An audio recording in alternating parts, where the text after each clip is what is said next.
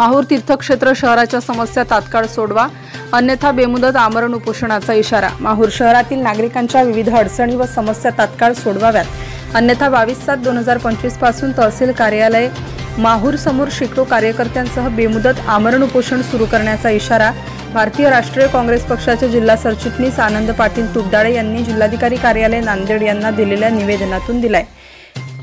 माहूर हे प्रसिद्ध तीर्थक्षेत्र असून सुद्धा प्रशासनाच्या हलगर्जीपणामुळे स्थानिक नागरिकांना विविध अडचणींना सामोरे जावे लागत आहे। तसेच माहूर शहरातील पंतप्रधान आवास योजनेतील अनेक लाभार्थ्यांना घरकुल योजनेचे अनुदान अद्याप मिळाले नसल्याने, अनुदानाचे पैसे वेळेत न मिळाल्याने लाभार्थी आर्थिक अडचणीत आले आहेत। तर माहूर शहरात अनेक लोक भूमिहीन असल्याने माहूर शहरातील जागा उपलब्ध नसलेल्या नागरिकांना पंतप्रधान आवास योजनेअंतर्गत जागा उपलब्ध करून घरकुल योजनेचा लाभ मिळावा।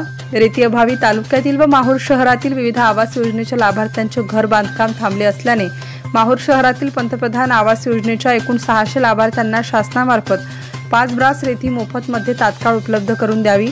माहूर शहरातील तानुशहा बानुशहा दर्गा परिसरापासून माहूर बसस्थानकाचे जास्त अंतर असल्याने या ठिकाणी एसटी बसचा विनंती थांबा द्यावा आदी मागण्यांचे निवेदन देण्यात आले। यापूर्वी सुद्धा अनेक वेळा संबंधित विभागाच्या प्रमुख अधिकाऱ्यांना निवेदने सादर केली, मात्र आजपर्यंत निवेदनाची व मागण्यांची दखल न घेतल्याने त्या अनुषंगाने दिनांक 22 जुलै 2025 रोजी शेकडो घरकुल लाभार्थ्यांसह तहसील कार्यालय माहूर समोर बेमुदत आमरण उपोषण सुरू करणार असल्याचे आनंद पाटील तुपडाळे यांनी आमच्या प्रतिनिधींशी बोलताना सांगितले।